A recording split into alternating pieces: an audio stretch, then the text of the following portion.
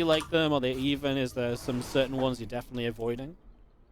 Yeah, I think this map pool is pretty good because I think there are some maps that are pretty good for Zerg. So I think Jagannatha is pretty good for Zerg, and I think Lightshade is pretty good for Zerg. Hmm.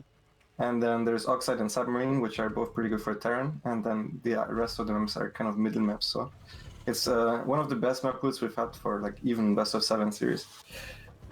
Yeah, no, it's been very fair. I think obviously we see a lot of Jagannatha submarine videos, but yeah, you're right, because I always felt like Oxide's pretty powerful for Terrans, right? Those tank positions can be really annoying, and obviously Lightshade, small but like kind of works for Zerg, right? You can get good creep out, you can kind of go a couple different directions. Yeah. I felt like the games on that one have been pretty fun lately. Yeah, for sure. I think there's actually a lot of Terrans that even veto Lightshade over Jagannatha. Oh, really? Um, like it really is a short map, which usually is bad for Zerg, but everything else about the map is just great. Like there's a lot of bases to take, Hmm. and you don't really expand towards your opponent, and you can expand into 2 different locations. Plus, if you take the forward base, it's super easy to get out creep, as you said. So Yeah. All right, well, this best of 5, bottom right of Death Aura for map 1 is ByuN, our blue Terran player.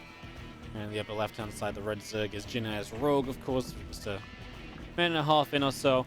ByuN's been playing, I guess I'll ask you as well, how you've kind of experienced TVZ lately, because I feel like almost since ByuN came back, there's been a lot more like heavy barracks openers in TVZ again. Is this something you're feeling, or is this just a very ByuN exclusive thing? yeah, I think the meta is a little bit different from EU to Korea because in EU a lot of Terrans are playing 3CC and then 2-1-1, Hmm. which they're not doing as much in Korea. I think the Koreans are just baning busted, even though I'm not 100% sure if that always works. And in general, they do a lot of aggressive openings, which sometimes works against us. But I've watched ByuN today, and he plays this the pretty safe 4 Hellion and then 3 Rex, so you have a lot of marine production right away. I think that's just a pretty solid opener. But this game, he's actually completely mixing up, and he went gas first, so this will most likely be a pretty aggressive opening from ByuN.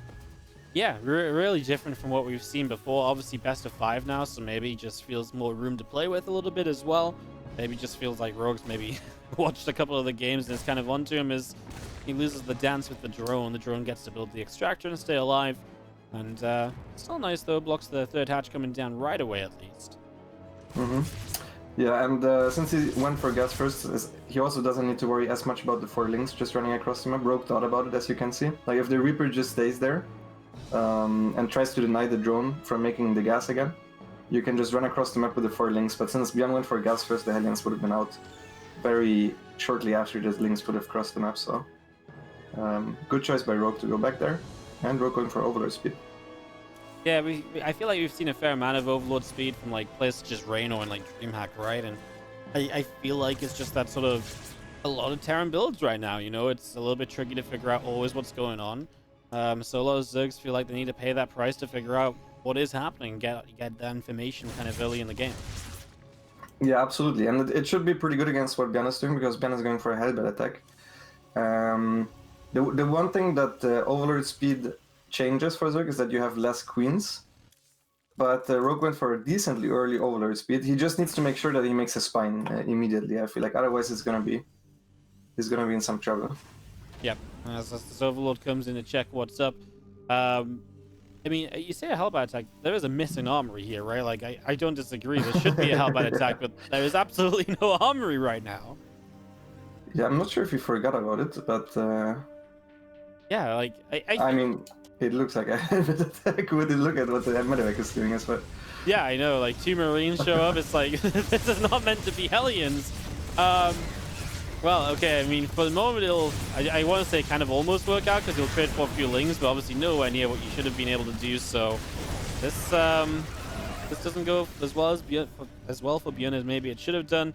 Medevac is low, you can't do much else. Now he's going to use all that gas he's got banked up, and he's going to build a Raven. Interesting. Yeah, I mean, I will just go ahead and guess that this was on purpose, but he would have won the game here with a Hellbait attack because the queens did not have transfuses ready. And there's less queens than usual because of Overlord speed, and Rogue didn't go for a spine, he went for a Baning Nest. I mean, which is fair because he saw there's no armory, but I don't think he would have had any defense in time, so a little bit lucky for Rogue here. Yeah, definitely felt like he dodged a bullet as the medevac is trying to drop on the left side, which was the one potential he maybe still had, but obviously the medevac is so low. It only takes a couple queen shots, so difficult to really get in anywhere, so the Hellions have to fall back, and Rogue just continues to pick up free scouting back at home with, I say free scouting, obviously he paid for this, but now he just gets scouting again and again with this overlord speed, and he's just going to stay completely on top of what's going on. He gets to see the timings of those extra barracks, so he has a pretty good read on when the next stage of all of this should happen, and maybe the oddest thing is what the heck's building out of that starport, because the Raven really isn't the go-to in TVZ. And it's 2 Ravens as well, which is a pretty heavy commitment, whereas Rogue is going for a decently early layer, so at the moment he has Mudas out, the Ravens are not going to be able to do too much. Yeah, interesting opening by ByuN. I have never seen this before. He's going to have very, very late medevacs, and he's going to completely skip tanks. I've seen him do this, I think, every game so far, to just completely skip tanks. So I wonder when the first Zerg is just going to do a delayed 1-1 roach on him, because he dies against it 100%. Yeah, no, it's a pretty good call, and I wouldn't be surprised if Rogue was the guy to do that, or if he plays Dark at some point today as well, because these are the 2 Zergs I would say are the most threatening to do something along those lines, right? They are not afraid to shy away from, you know, aggressive builds, and that 1-1 roach thing has been something we've seen a fair amount of lately, right? Like, it's definitely had a surge of popularity in usage, so yeah, something to watch out for as Lings do get across the map, and obviously the Hellions are not here to defend, and these first few Marines are just out of position, so yeah, a little bit unfortunate as he was trying to push the Overlord away. This cost him a few Marines. Now he lets the Lings in. I mean, that Depot was raised. Now he's like, yeah, come in here, and he'll lose a few more Marines. Has to pull SCVs. Turns out okay, but still SCV mining time lost. Yeah. The one thing that's going very well for ByuN here is that he denied the creep, and he has been scanning aggressively as well, even though he has 2 Ravens. Like, Rogue's creep has not left his bases at all. So that's the good thing for ByuN here. Yeah. But I still think he needs to somehow trade out against the Baning speed. It's going to be a little bit rough. Yeah, no, the creep's actually incredibly far back at 7.5 minutes as he gets in, and he actually picks off a couple of lava with these Hellions. I mean, still having the Hellions alive is also that addition, right? You know, I know there's obviously been 10 made initially, but he only ever lost 2. So having 8, it's still that kind of like tanky frontline you can use against Banelings or so on as well, if you morph them into Hellbats once this armory gets up. So yeah, that's definitely something to watch for. This first push can absolutely be scary. ByuN is going to wait around and just pick off these rocks to give him more direct access, especially for reinforcements. And he still has the Ravens, so the Mutas will have to go and deal with those to begin with. So that maybe gives him a chance to hit up this left-hand side. And here goes the Hellbat morph as you were talking about. I actually was watching the production tab and he started +2 armor again before the attack. Yeah, he keeps doing this, right? Like, it's super weird. Like, it doesn't really make any sense to me. It's like such an easy thing to fix, and I feel like it only baits like mistakes. Anyways, Hellbats are pretty well split. The Widowmine does a good job initially as well. These Marines continue to push up. No combat shields though, so they're a little bit lower HP than they should be. And that's just going to be the end of this for now from ByuN as he backs away. 2-2 on the way. This time does get +2 attack after the armor. Not too far after, at least, so not the problem that we've been seeing earlier. I get so scared every time I see armor start and not attack, though. Yeah. I think this supply-wise isn't looking as bad as it actually is for ByuN, because he did not start extra production, nor did he start at 4cc yet. Usually you start 4cc around 7 minutes if you play this style, but he's been pretty committed on this. But now we'll go into another fight. This was a decent trade at the top. And I mean, yeah, the one thing he has going for him is that all the trades are going to be a little bit better than they usually are, because Rogue will have to fight off creep, like no matter where, pretty much, unless he waits until ByuN is literally inside his base. Yeah, no, that's really wild. The fact there's just so little creep to work. I feel like it's just so uncommon nowadays. Like, even when Zergs get like a bad start, they find a way to fix that creep. But yeah, ByuN was great with the Hellions this game and kept them out the front for such a long time. Now going to go for another push up this left-hand side, and he just waltz all the way up to basically be on top of this base, and then, yeah, you're not afraid of a flank from the right side because there's no creep, so that's less scary than usual. His Muta's trying to pick off some reinforcements. They'll find a Widow Mine. That's definitely the right approach. It's just, look at this, pre-split mines, Marines that can bait units down, and yeah, definitely a fight that's looking pretty good for ByuN on paper before it even happens. Mm-hmm. Yeah, the one thing that Rogue obviously is going from is that his army is way more expensive than the one of ByuN. Kills 8 SCVs here, and then while he tries to distract ByuN, he sends a couple of banelings in at the front, cleaning up some mines. And I think Rogue's army right now is a lot better than ByuN's, and he knows it. So he engages, he saw how much there was still at home, and he's trying to pounce on it before the rest of the army can join up. And I think this is a good call by Rogue here. Yeah, really well played, because he just realizes that he's got more on this side, and he's got more on this side because of the play he just made across the map, getting a few of those as that Widow Mine gets a goodbye shot. But Mutas will continue to chase, but yeah, he keeps a lot of units at home with that little Baneling counter. He killed some SCVs, and he realizes what he can do. He can jump on this, and works really well despite having an upgrade deficit. Just grabs ByuN's army kind of half of it at a time, and yeah, really nice engagement. Now he's going to get a few more SCVs right off the bat, just one Bane, but those SCVs, some of them already low, and now ByuN's down 60 supply overall. Yeah, and Rogue's at 90 drones, and even though he has no creep, I feel like at this point you can start just fighting off creep, and it should be okay as well. And he's also not too far behind in upgrades. The scythe is gonna finish soon. He will be able to start through 3, and I think this is a little bit of the this is caused by the early game that ByuN had. It only cleared creep, but he was quite committed. Like, he made so many aliens. He opened gas first. He had very, very late production. He made 3 starport units, and if you do that kind of stuff as Terran, you actually need to get some damage done. I think overall he killed like 4 drones with the 2 Ravens. Like, I think in the end it just didn't pay off. Yeah, the Ravens definitely didn't do anything. Like, just for so much investment, like it's 400 gas. That's just for what reason, right? Like, yeah, I mean, if that's 4 medevacs, you put those in the hands of ByuN, I 100% believe they do so much more. So, yeah, definitely an interesting one. Especially when certain parts of it were going so well for ByuN too. That's a nice Widow Mine to clear out the Baneling run by, but now Rogue just explodes on the map. You know, you get bases everywhere. The creep finally gets moving as well. ByuN just can't really move out, and he can kind of turtle up on 4 bases, but that's not really a winning move for him. Eventually he has to move out, but the moment he moves out now, he doesn't have anywhere to hit very easily. Counterattacks are going to be huge, and getting a 5th base up seems like almost an impossible task.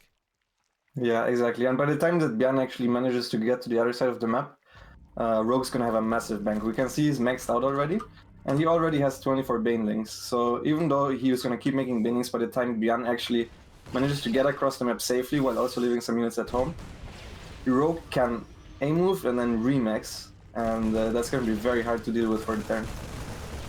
Yep, it's not going to be easy in the slides. Meters come in, going to get a couple of, I think it was a turret, right? And now he's going to go for a reactor. Thor response is pretty quick, but now units dive in on the 3rd base, and even just forcing this to lift off, back away, bit of lost mining. I mean, this is Rogue obviously just buying himself more time. He's going to get ultras up as well, and everything just becomes more and more of a problem for ByuN, who at this stage basically has to win like a massive fight, and then win the fight so much so that he can surge forward and kind of take down a couple bases along with it. Otherwise, he's really going to be running low on steam. It's super tough. And the thing that Rogue is doing really well as well is that he's expanding in both directions of the map. So even if you lose a fight and you lose a base, you might be able to also do some counter damage on the other side and then just transfer your drones. Yep. Oh. Definitely one of the bigger parts of this, as you mentioned, you know, once you kind of get in trouble in one direction, if you can already have the other side set up, it's not really trouble, because then you just go back and forth. It's that age-old trick of the Zerg to just go one way then the other. It's a lot of burrowed Banes. He really doesn't want to miss anything running up this ramp, as he's going to get... I don't even think that was the connection he's looking for. Those Marines just not in good numbers. How are there so many Banes on this ramp and all of these Marines managed to get by? Oh no, none of them are in the middle. I don't know why there are any on the right side, to be honest. Yeah, I don't know either. Maybe to catch them chasing Mutas away on the right or something. Like, my only real suggestion is he's throwing a lot of Lings away at the front here. They won't do much. Of course, you can argue freeing up a bit of supply allows the Ultras to start at least, so not the end of the world, as a few Ultras do start to come into place. So that next stage of this game about to kick in for Rogue is ByuN's going to try and fight for base number 5, but, well, it's a tough ask still, as he will push up the left-hand side. He got rid of that forward hatch on the right at least, but, well, I mean, it's still talking about a 6-base Rogue, as ByuN needs to get this base up, hold a base, and do some damage in the meantime as well. Yeah. But I have to say, over the past like 4 minutes or so, ByuN has been playing really well. He hasn't really been pushing, but he has been threatening to push, and then he kept baiting Rogue into these bad run bys where he was completely in position. So he has been trading way better for the last 4 minutes than he has for the rest of the game, and now his position is playable again. It's gonna be hard for him to actually establish the 5th base, as you said, because it also spreads him further and further. And the Zerg army is very quick, so you can pounce the moment you see that he missplit somewhere. For example, this right side army looks very, very small with only one Widowmine there as well. Yeah, Widowmine goes off and Marauders do that job, but then you've got a group of Marines against the Ultras showing up, and on the left side there is an attempt to Widowmine drop at least, and I don't mind that. Definitely an effective way of getting a lot of worker damage done quickly, and that kind of feels like maybe what ByuN needs, as the Mutas though see it and they pick it off, so not really much success. At least there is the depot against the Link counter attack, so we'll minimize damage here. But still that fight of maybe doing something on this right side. A few Thors to maybe help out as the Marines will kite back. Thors doing to tanking for a little while initially, and the Ultras do start to go down, so not that bad for ByuN as he trades out, but he just doesn't have money to rebuild anything with compared to Rogue, who's maxed out again. Lings and Ultras on the way, and he's already got so many more Banelings ready to go as well. Yeah, and Rogue still has a huge mineral bank, whereas ByuN just lost 2 CCs there that were building without a cancel, which really hurts him actually. Like, he's struggling for the mineral count. Yeah, no, it's you know, CCs are expensive, right? When you're trying to rebuild and you're using everything you've got, to then actually lose out on a CC and have to rebuild it from scratch, that's like, you know, you're talking about 8 Marines there, which is a lot of supply rebuilding, so it's tough as these Banes going to roll down the bottom side. I mean, these SCVs are going to have nowhere to run to, so Banes are pretty much guaranteed to get the kills, and they get the planetary in the process as well. Obviously, there's a new command center here, but maybe not for long. It would be nice if the Mutas pick that off, because then it makes that fight so much more valuable, as the Ultras on the right side don't do great, but they do push back. I mean, maybe a little bit derpy there, but don't necessarily think it's super bad. Killing the left side was huge. Yeah, that was big. Also getting that extra CC. And yeah, so he has a lot of mules, theoretically, ByuN does. But yeah, I think Rogue just outgrew him a little bit this game. Yeah, there was that. It was just when Rogue was able to surge with everything. All of a sudden, he just has so much, and now you're right. ByuN played well. He's kept himself in it, but he kept himself in it in a way that kind of allowed Rogue to get really well set up for the later stages. And now it's again down to ByuN having one army. He's on 42 SCVs, so the rebuild is just not there. He doesn't have a bank. He's not going to build a bank. It's this army or die trying, and you know, Rogue's even happy to take the fight, which kind of says how much he respects ByuN's army, which is not really at all. The Widowmine shot on the Banes is pretty nice, and maybe these Ultras get cleaned up one more time, but still at a pretty high cost, and a cost that the Terran just can't afford. Yeah, absolutely. I mean, if you look at the resources lost, ByuN has been playing pretty decently. It's just the Rogue was mining so much more than him all game long, and it goes to show now. ByuN is struggling to get into the 3-digit supply numbers. So yeah, 100 supply feels like 200 right now for ByuN. He's just trying to get there or stay above it, and yeah, it's really not happening. Definitely a couple more waves of Zerg, if even a couple. And ByuN might be on the way out. I like his resilience, though. He's going to take another few Widowmines around the left-hand side, try his chances. Just try and see if there's any real possibility. Obviously, we can see there is not, but it's been a wild game. You don't know what might happen. May as well try until the very end. yeah, I mean, sometimes Zergs are on a way lower drone count than you think. But Yeah. I think against top Zergs it doesn't happen as much. I mean, if this is a world in which maybe Rogue tried to win the game off like 70 drones or something, maybe, you know, you're a fight away from getting back into this. Because, I mean, Rogue's bank is kind of gone, right? It's just ByuN fell apart a little bit too quickly, but definitely worth trying, as it's going to be GG. And obviously, Rogue starts off this best of 5 with that 1-0 lead. Mind this map, but I actually think it's completely fine. Yeah, no, I at first, when this first map first came around, I was like, yeah, I kind of like it for Terrans, but the more I look at it, it's like, yeah, it's shorter, but there is just options for this. They're kind of light shade-esque, right? But without being as short. Yeah. All right, well, game number 2. Start off on the top right side, down a game. How blue Terran player is ByuN. And in the bottom left-hand side is the red Zerg player. For Junior Green Wings, it's Rogue. What team do you think is going to pick up ByuN? I don't know, but it's gonna be a top team for sure, I think. Yeah. It's going to be like a Kaiser or a DPG or something for sure. It's the top Chinese teams are not going to let him slide by. There's absolutely no way. Yeah. I mean, ByuN has such a sick fan base as well. Like maybe a Cloud9 ByuN or something like that. You know. I don't know. I don't know. I think he's actually worth a lot. So we'll see.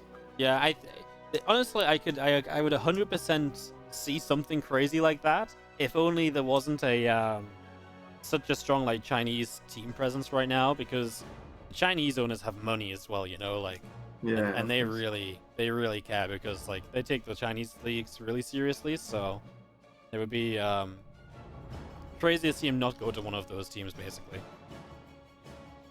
Yeah. No, I agree. It'd be fun to see.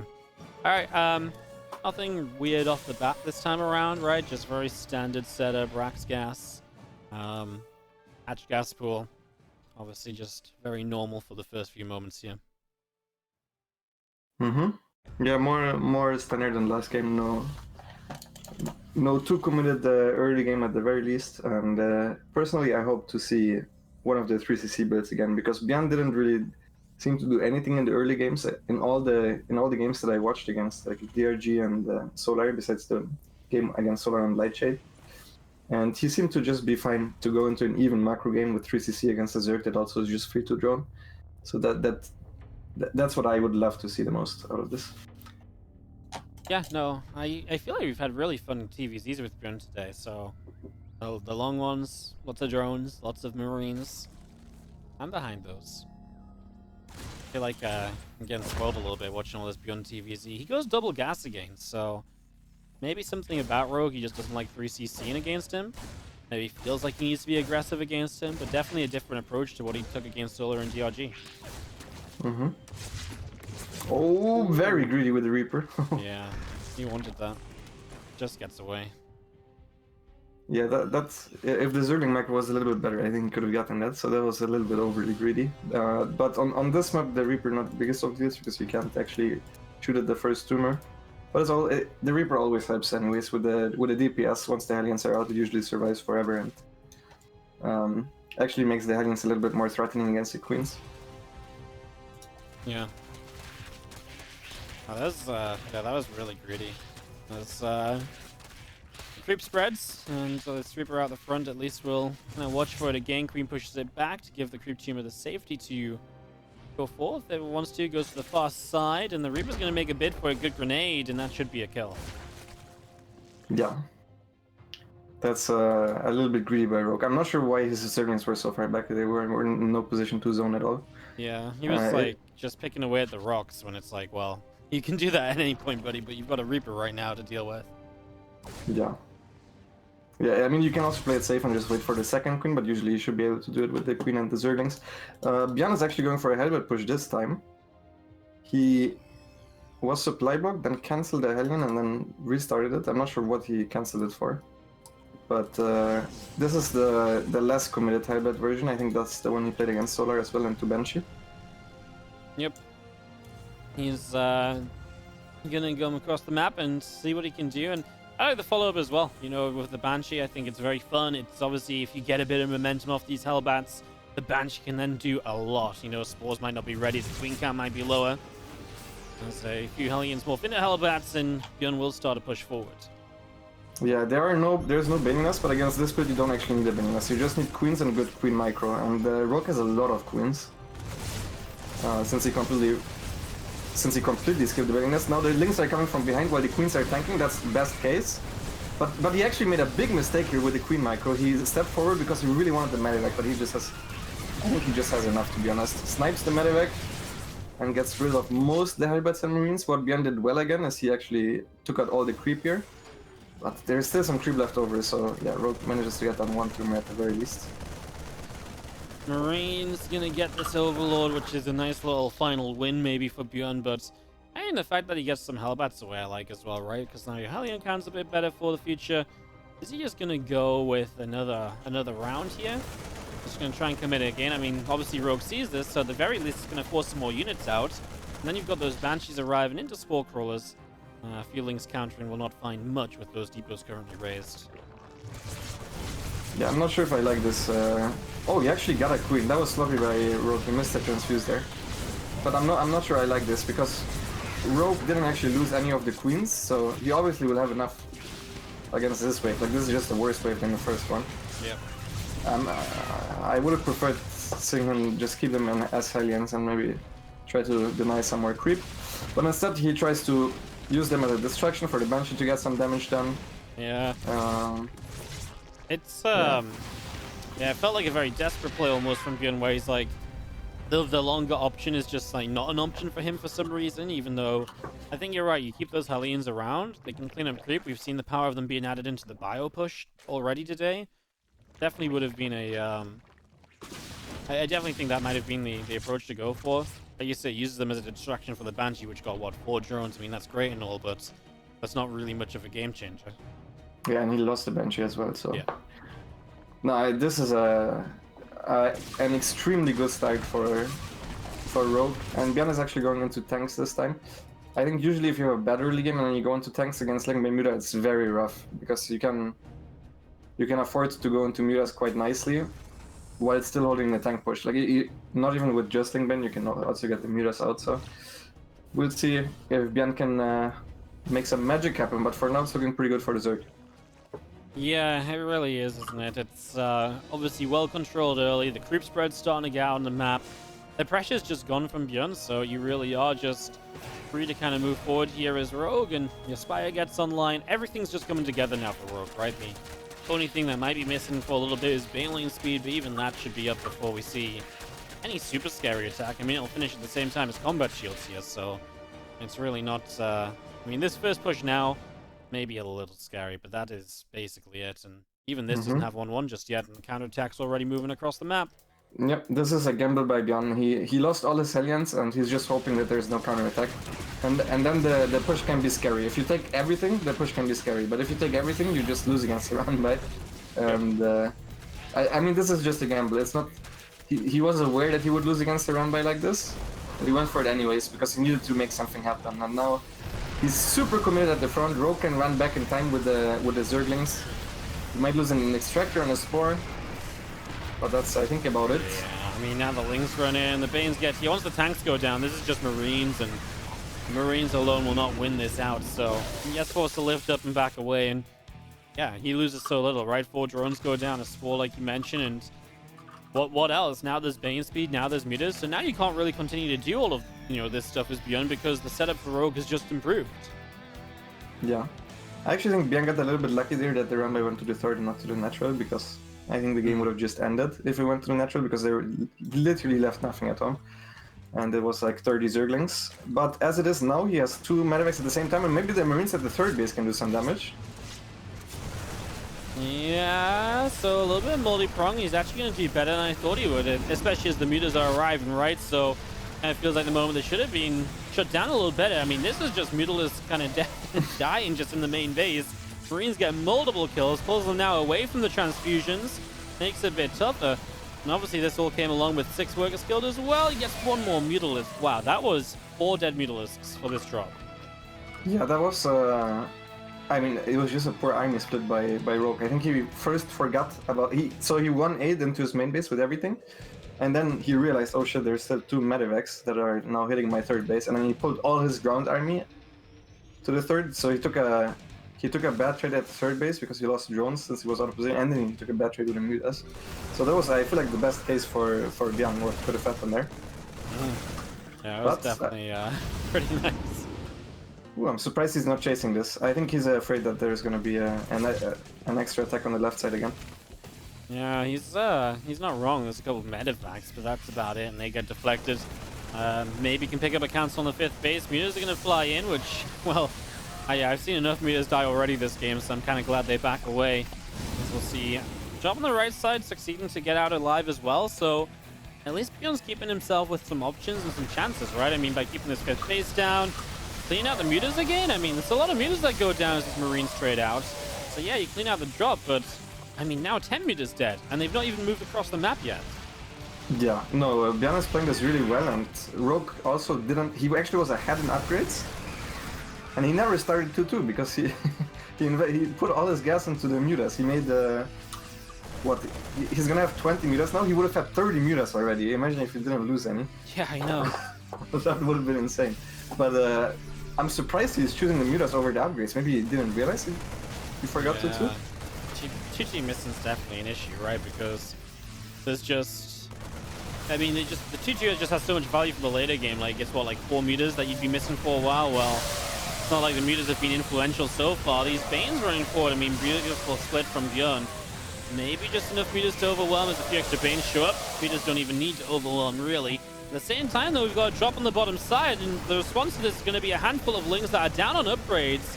So these Marines are going to kill this hatchery unless the Queens can somehow transfuse to save it. But even then, I mean, well, even then, I mean, the Marines can fight these Queens off, and he's going to get one of the high energy Queens right away. Hatch goes down, and ByuN is now going to be in a position to, well, sit in a corner and trade out a little bit more. He's actually maybe going to try and go for the Spire.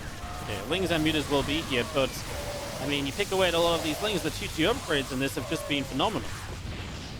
Yeah, absolutely. And now, even though the supply is still looking bad for ByuN, I mean, once he actually gets to 3-3 against 1-1, I think Rogue is going to be in some trouble. And he doesn't actually need to keep attacking necessarily because of that. But obviously, he doesn't know. Like, you don't know. You also don't just randomly spend a scan to see if there's a hive on the way. So, with as bad as the early game was, I don't think ByuN actually knows that there is no hive on the way. But what we know is that there's not even 2-2 on the way up until just now. Yeah, this really crazy as ByuN gets himself an overload topside. Mutas dive main base. Okay, this is finally the muta harassment which we've been waiting for, right? Like, for how many mutas have been made? It's incredible that this is the first time they see a mineral line, and yeah, then they get pushed away pretty quick anyway. Still nice though, they get the turret, that'll be rebuilt, you get these depots to the right side. That's good, and this is finally Rogue at least getting something out of these mutas for all of that money invested. Yeah, absolutely. I mean, he also will have a +2 very soon, so it's gonna be relatively hard for ByuN to defend. I like the amount of units that he left in the main base. I think this is necessary at this point. Turrets alone won't deal with this anymore. And yeah, I think ByuN theoretically should just wait until he's maxed at this point and try to stay put defensively while making sure to just get up a high army count. But ByuN is very confident in this micro, so he keeps pushing. His 3-3 is now done. Yeah, I mean, 3-3 is obviously, well, it picks it now. He's going to have a short period of time here where he's 3-3 against 1-1. So the fights on the ground should go well for him. The problem is he's being counterattacked at the same time. There's only so much you can do about Banelings. If they roll on 4 and the middle count as well, obviously, is phenomenal here. We'll see if the 3-3 Marines will be enough as he pushes through the bottom side.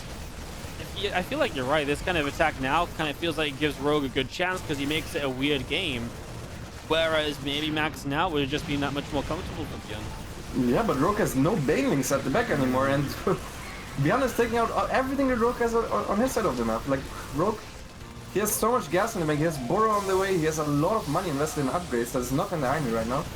And the mutas will be able to camp the infrastructure of ByuN, but I can't see him defending this side of the map either, and I feel like the mutas at some point they will thin out. I mean, they're already thinning out. 3-3 Marines are putting in work, only 2 or 3 at a time, but they're actually getting kills. So there's so little left over. Baneling is still being caught as they're coming through. He's going to find the Baneling nest, so he splits back. He didn't know how close those Banes were to finishing. Gets the Bane nest, so now it's these Banelings, and that's it. Like 10 Banelings or so to try and clean this up. The Marines are kind of a bit far forward there, but now the Thor will get the last few pickoffs.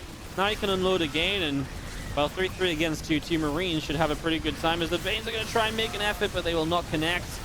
And yeah, this is, I mean, still mutas across the map that are getting cleaned up by 3-3 Marines as well. I can't believe how much they are doing. These Marines are just trailing out every so often. Yeah, absolutely. No, I think over time ByuN will for sure pick up this victory at this point because he's still mining.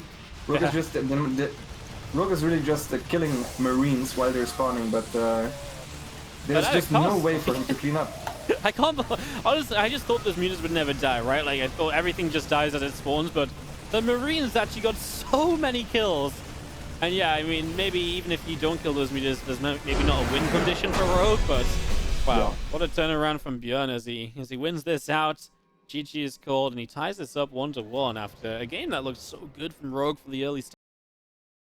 And we get into our third map. Tied up 1-1. Definitely felt like this might have been a match point kind of scenario, but he pulled it back in the bottom left, keeping it alive. Our blue Terran player is ByuN.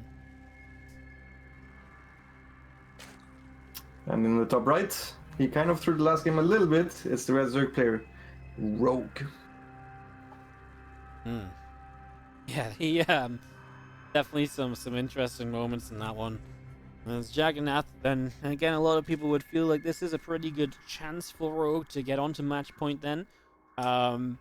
With just the map being definitely, I think, Zerg favored. Definitely preferable for Zerg than Terran and ZvT, but you see a fair amount of Terran still winning on this, right? I think ByuN especially has shown us a lot of aggressive stuff on this map and not doing any of the super early aggressive stuff like Reapers or anything, but that's something he's done on this map before.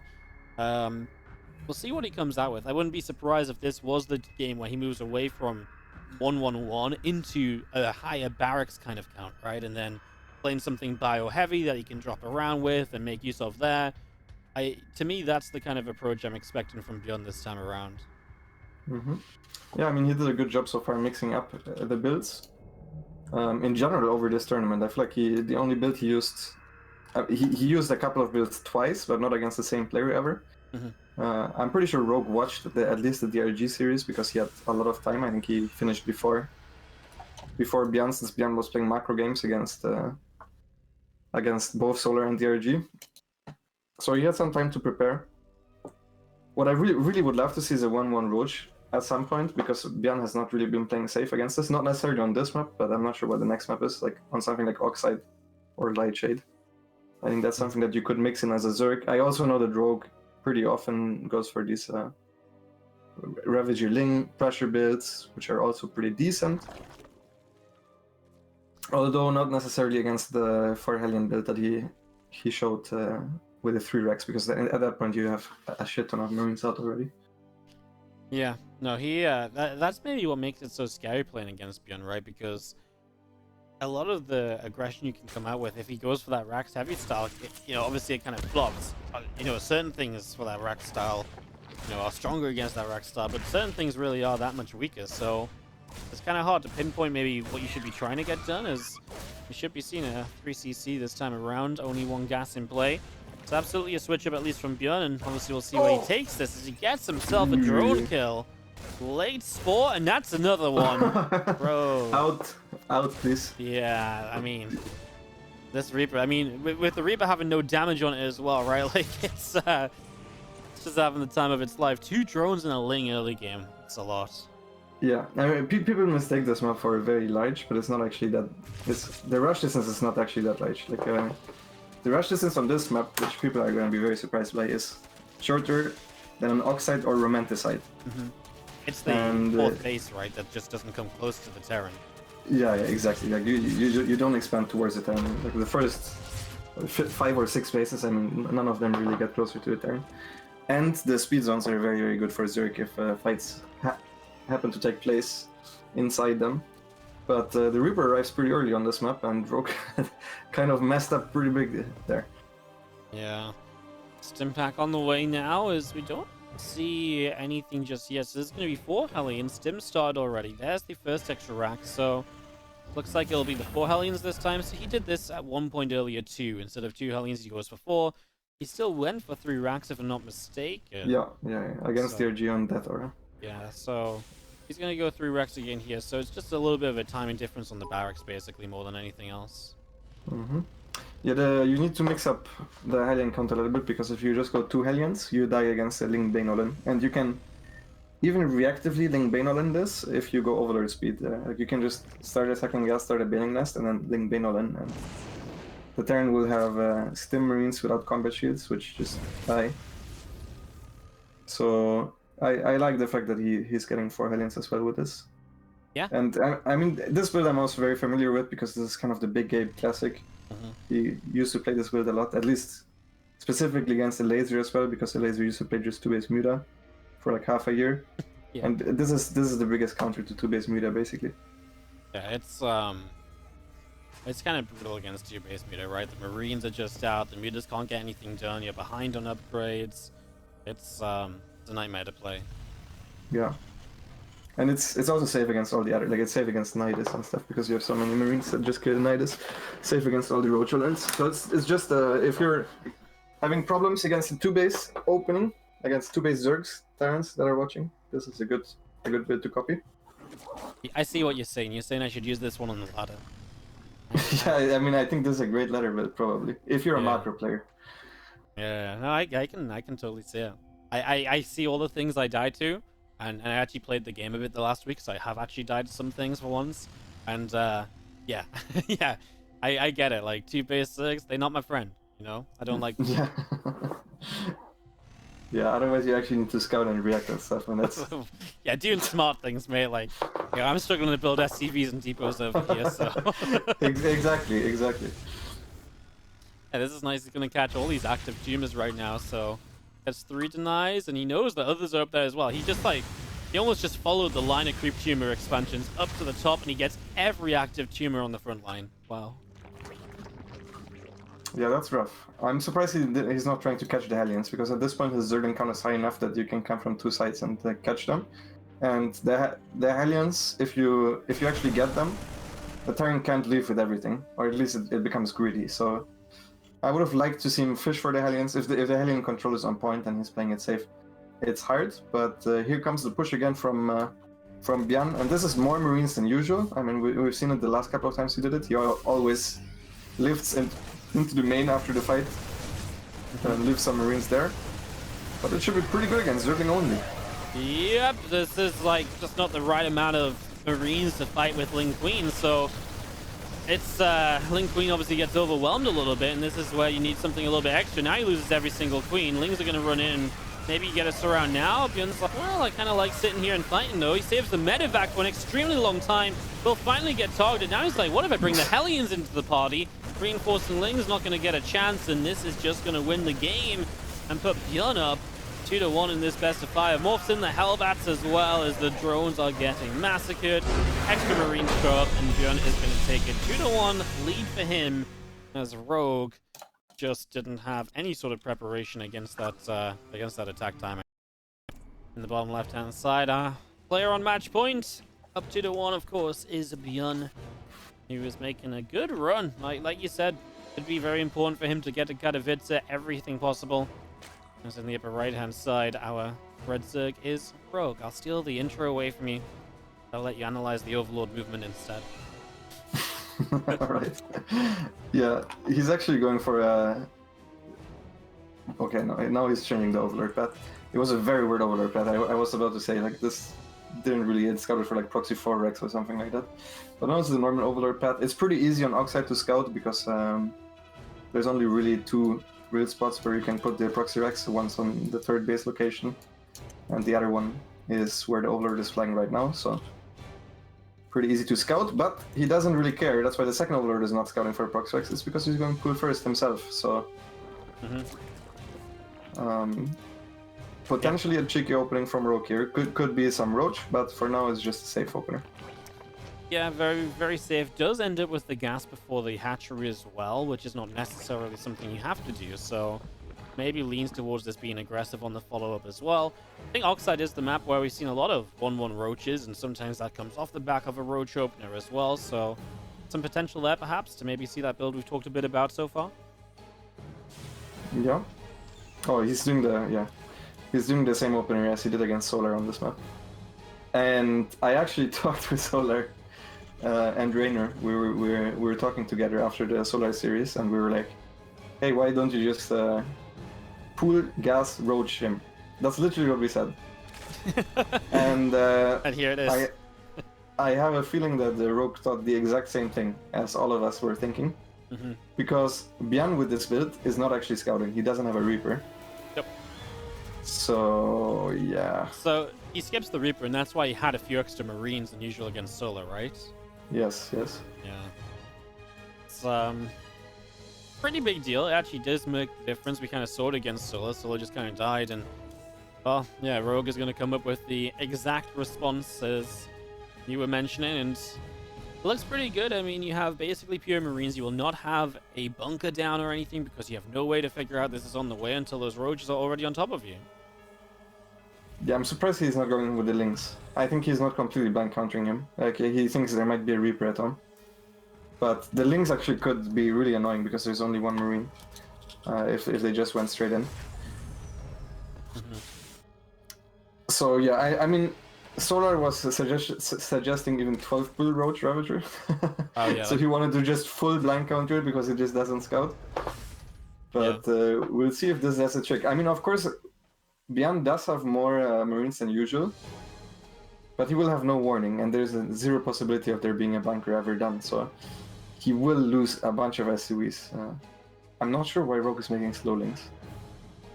No, I mean, yeah, the slow links are like, what is this meant to do? Especially against someone who's making a lot of Marines. Not so sure. The Marine damage initially does good as a Roach. It's pushed back pretty quick. Obviously, you morph that Ravager in. The Overlord comes in for high ground vision. You'll get a depot, but this Marine count staying strong. Obviously, you're not mining from the natural, but this is 16 drones from Rogue. It's important you do get up here and get damage done eventually, which you will start to do now. ByuN supply blocked as well, so it's kind of time to go. Otherwise, you're never getting into a better position here. So he's going to pull the SCVs. The Marines will fight. They dodge the Biles at least. But there's obviously a lot of damage being done. And the Roach Ravager count is still very good here. The, 5, 6 of them still around. So trading very well, and kind of expect that Marauder to get targeted a little bit more quickly, but it goes down eventually. Now the slow links show up, and you know what? It's going to work because there's not a single unit on the map apart from SCVs. Yeah. Yeah, I don't know. I would have just made drones, to be honest. But yeah, I mean, I think that might work as well, but I mean, calculated maybe. Slow lings literally against nothing left. Even if there's just a couple Marines right now, these lings really don't do anything extra, but there was absolutely nothing, and now a couple mules drop, and a couple Marines do get out, and we'll start to see the denial of these lings, but 6 SCVs remaining off 2 bases. The only good news is you've got Stim, but obviously you can't even really afford any Marines. I can't believe the slow lings are still showing up as well. Tank gets out here, I mean, okay, mate, like, why not a bit of madness in the semi-finals? Tank can't be repaired. SCVs can't get on it, so the tank goes down too. Of course it does. GG. And Rogue will take us to a game 5. What? The slow link play, I like it. But yeah. But yeah, coming soon. So absolutely not impossible for ByuN, our blue Terran bottom right, to make the miracle Katowice run. It's funny because it's kind of something which Rogue has done in the past, right? He had to win like a couple of events in a row or so to qualify through, and he did it, and then he won BlizzCon, right? That was the Rogue storyline that year. yeah. He won Shanghai in 2017, and then he won. He had to win like whatever was left as well to qualify, and he made it. It was really sick because he had a horrible start of the year, and then he became the best player in the world. Yeah, I think he won a super tournament as well. Yeah, that's what I think it was. I didn't want to say it was a GSL season. I think it was a super tournament. And it saved him. Yeah, and he had to win it. That was pretty sick. But I mean, this year is a little bit different. Like, pretty much every good Korean is going to make it. Because Korea gets, I think 7 + 8 slots. Yeah. And then Rogue won Katowice. So... So, I mean, ByuN would be by far the best player who wouldn't make it. But that's because he obviously could only play a single GSL season, so... Yeah. I think he belongs there, and I want to see him there as well. And I think he has pretty decent chances at making it at this point as well, seeing as how good he's playing. Like, today, his bracket is literally he's playing against the 4 best Zergs in Korea, pretty much. If I assume Derek beats time. If he wins this, it would be Solar into DRG, into Rogue, into Dark. That would be insane. Yeah, the ByuN TVZ run.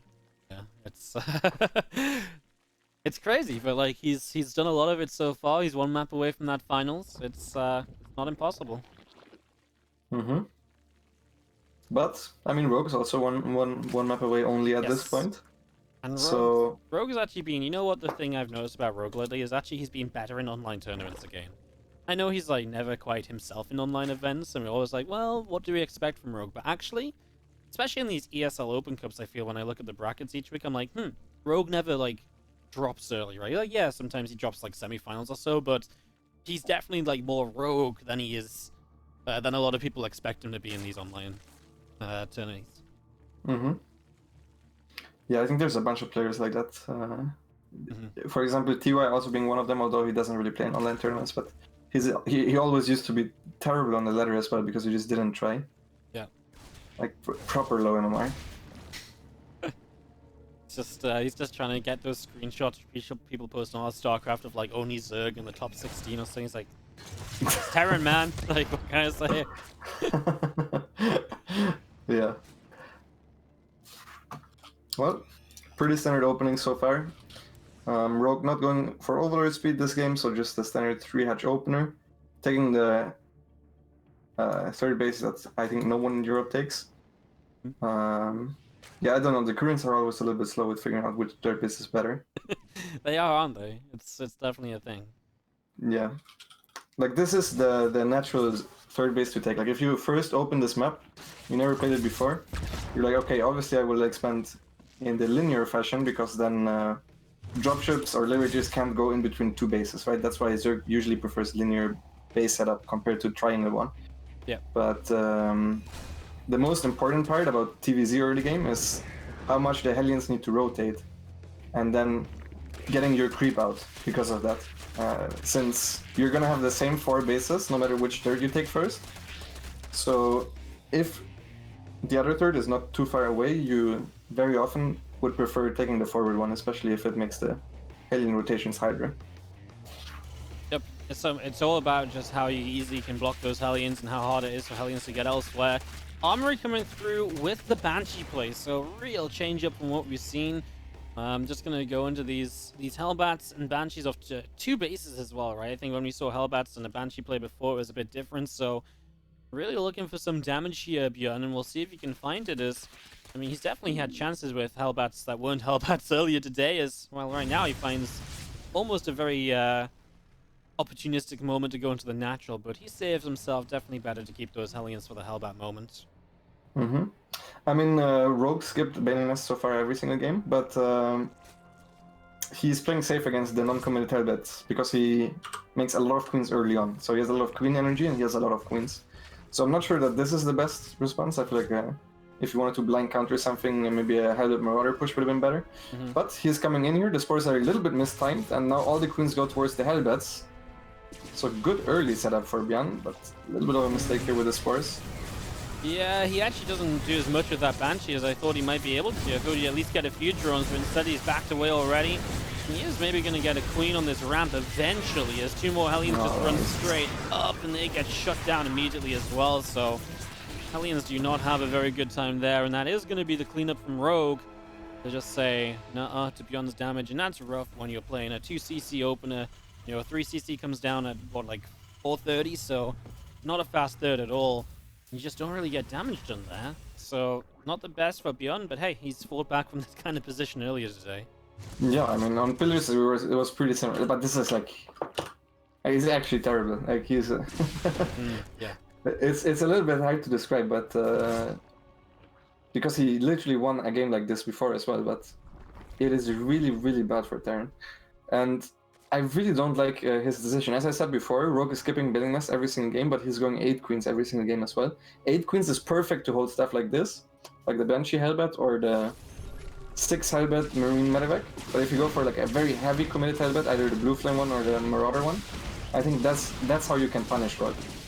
But maybe ByuN just likes these builds a little bit better and likes to be in control of the game. I could see that as well.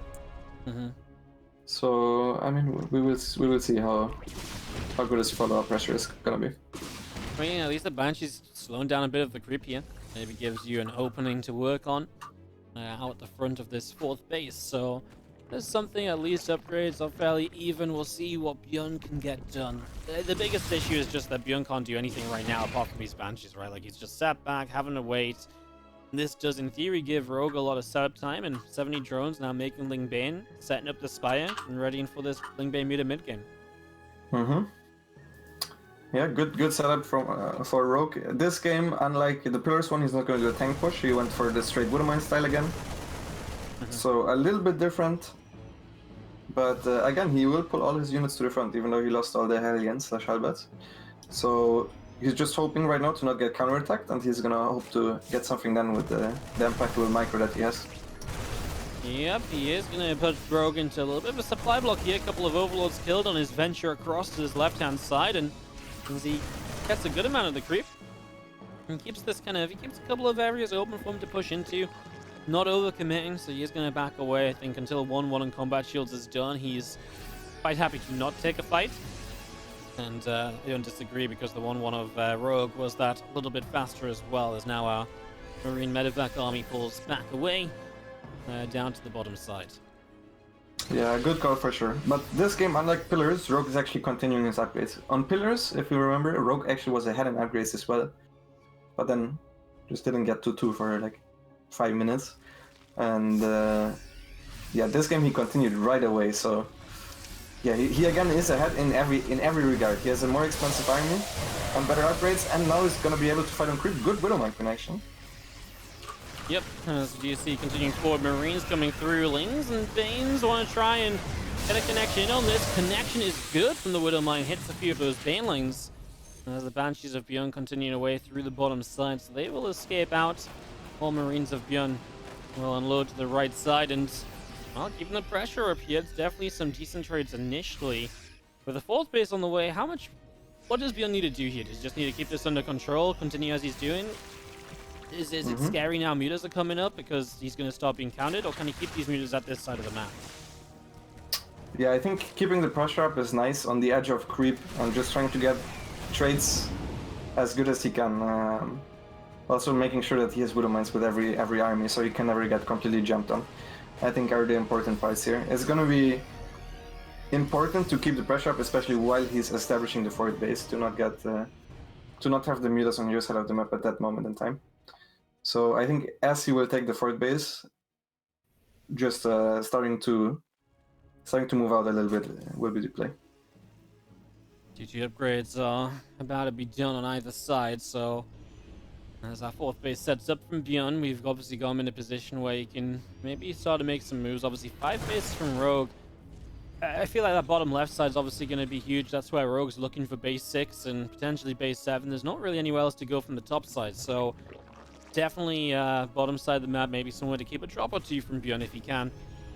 Try and keep some pressure up over there. Rogue going for this burrow play as well. We've obviously seen him put burrow Banelings in the ground earlier in this series, but we've yet to see them really connect at all. Yeah, I mean, it's always a little bit tight for the Zerg to make the burrow Banelings work. Unless you know the exact attack path of the turn, and it also requires a lot of attention, but burrow is always good to get, even if you just borrow a Ling on to get vision, or to deny expansions, stuff like that. So it's, in theory, it's always good to get. It's just attention that the Zergs, for example, I know that it's good to get theoretically, I just don't think I'm fast enough to abuse it correctly, so I would rather spend my attention in looking at my run bys more, or looking at the mutas, stuff like that. So that's an overlord down here as well.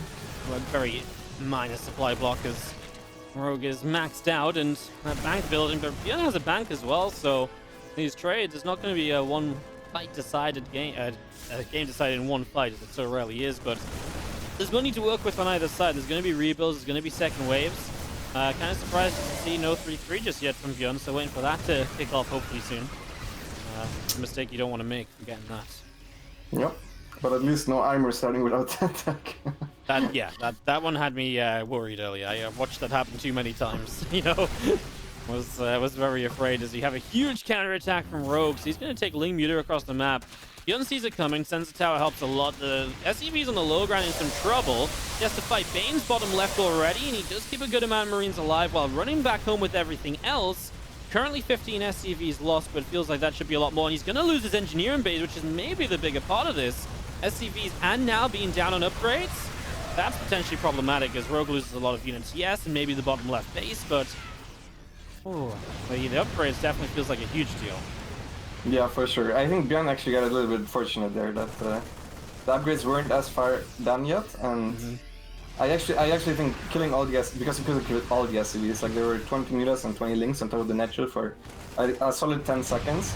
So you got away there with 20 SCVs, which might even be bigger at this point if he starts the upgrades again right away. But amazing move for Rogue.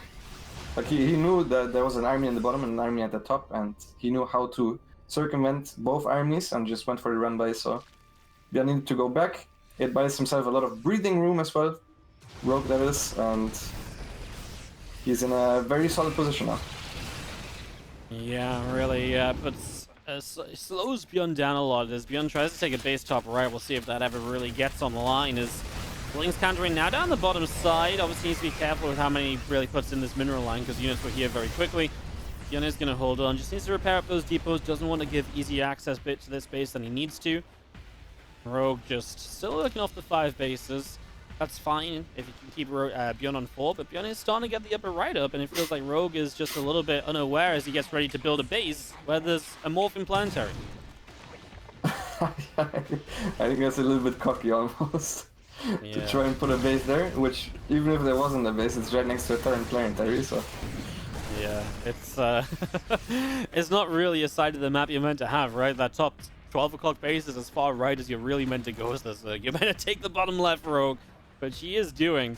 As ByuN's actually in the top side of the map as well, and Marauders and Banelings, Marauders and Mines do some work initially, but the Marines get caught.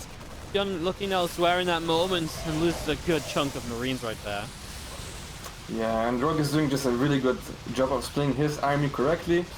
He is distracting with the Mutas and then runs in with the Banelings while ByuN is not paying attention. And all Rogue really needs to do is trade evenly, so that's exactly what he's doing. While he's up in upgrades as well, so right now is the perfect time for him to take these trades. And yeah, I think this is gonna be extremely rough for ByuN, who's not even maxed out right now, whereas ByuN is already, Rogue rather, is already getting up a bank. Yeah, it's the bank that's the problem, right? Because then you have to win multiple fights in a row without letting this rebuild almost. Banelings here will get enough of the SCVs that these ultras will finish off the planetary, so back to 4 bases, and that's always going to be a problem as well. Fighting a Zerg now that he's on, what, 7 bases? Obviously, this 7th base isn't working, but you deny this, and you still have to deny 1 more base to maybe be competitive. And that's the issue, especially the later this game goes, the more important those bases will be. ByuN's going to try and expand down the bottom. I don't mind that, because then if you defend the bottom, you can also attack at the same time into the bases of Rogue. But it's going to be tough at the same time. Obviously, if Rogue wins the fight, then he's straight on top of that base, which is also going to be an orbital. Yeah, absolutely. And I mean, this is the part of the map that is so good for Zerg, is that the bases are very far away from each other and very exposed, and there's bases in both directions. So it's very easy for the Zerg to give up some bases and then kill the Terran bases. Oh, what? Yeah, I don't know. Just 5 medevacs decided they didn't like life anymore. Somehow 3 of them get away, very low HP. ByuN gets away with that one somehow, some way, as mistakes are cost him a little bit now as Banes crash in. These medevacs have to load up, and no victory on the bottom side of the map for ByuN. Yeah, Rogue managed to pick up all the Buddha mines there before they managed to shoot. Now ByuN trying to take the bottom base, as you said, it's an orbital. And Rogue just running in his army everywhere right now. Yeah, Rogue is all over the place. As we're going to be seeing him getting up this ramp. Ultra taking down a few Banes being picked off as well. There's going to be seeing the Mutas going to chase in for these Marauders and picking away a couple more of them. Now turning back around. I mean, now you've got Mutas on this bottom base. No turret here or anything. Obviously, the SCV count is getting to that point where you just don't rebuild off of 47 SCVs. You know, first you've got to max out, and then by the time you max out, there's going to be another fight. So you're never going to have a bank. You're never going to have instant remaxes. And, you know, you're talking about a Rogue with 4,500 minerals in the bank. So you've got, at the very least, Zerglings for days. And we're kind of at the point where actually Zerglings will kind of get the job done against what would be a lacking set of reinforcements from ByuN.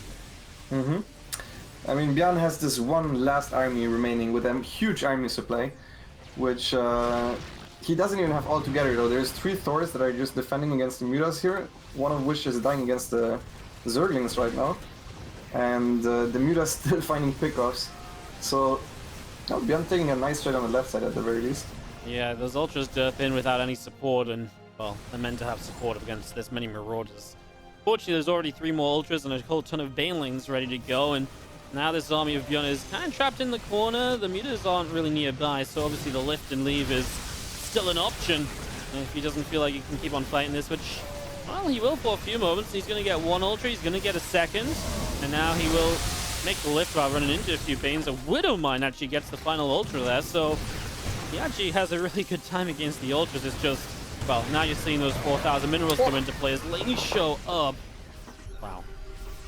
The Widowmine just killed 2 medevacs. There was the Yeah. had units inside as well, so that's rough. I mean, I'm pretty sure once Rogue just decides to take all his army together, he's gonna win. But he actually goes for the correct play. He saw that ByuN was reinforcing this army, which means it's not split up anymore. So now the Miras go again to the other side of the map. And the longer this game goes, the better really it becomes for Rogue. As now the base that he's taking at the top is actually very realistic to hold. Since ByuN is completely focused on the bottom side of the map, there's only 2 turrets defending this planetary, and No SCV pull. yeah, Zergling counterattack at the same time at the 3rd base and the 4th base, or well, it's the 5th base theoretically, both of which are orbitals. Yep. So, I mean, yeah, this is the issue with taking that orbital on the south side. You don't even need expensive commitments from Rogue to just do so much there. 20 SCVs down, 28 SCVs left in the game, and still dropping. It's just not enough, and now some of these SCVs are still around, getting picked off by Midas. They try and come back down to the 3rd, and it's just disaster after disaster right now. ByuN at least catches the fact some Lings burrowed up, but that's a very small victory, a handful of Lings. I feel like at this point even the scan is a loss at this stage. You need every mule you can get, any bit of money, but won't really matter. Lingbane Ultra shows up again, maybe a bigger fight this time to try and clear out. The meters do stack up and the Thors put working onto them, but the Banelings just roll through uncontested. And yeah, okay, they're going to get cleaned out, but what's left? A couple of Marauders. And you've got Ultras that are running at the natural with the Mutas as well at the same time, so there's problems everywhere for ByuN still. Yeah, Rogue is done with this game. The full-on off-creep engagement is when the Zerg knows he won, and pretty sure ByuN should know this well at this point. Yeah, ByuN's just going to try anything and everything, but unfortunately will not be enough as more SCVs go down. Maybe just wants to see that 0 SCV count. Taps out GG on 6 remaining. And Rogue is going to take it 3-2, gets through to the finals after a big old fight. Maybe could have made it easy on himself with a win back on Pillars of Gold, but goes to 5 games. It was an entertaining series, and Rogue is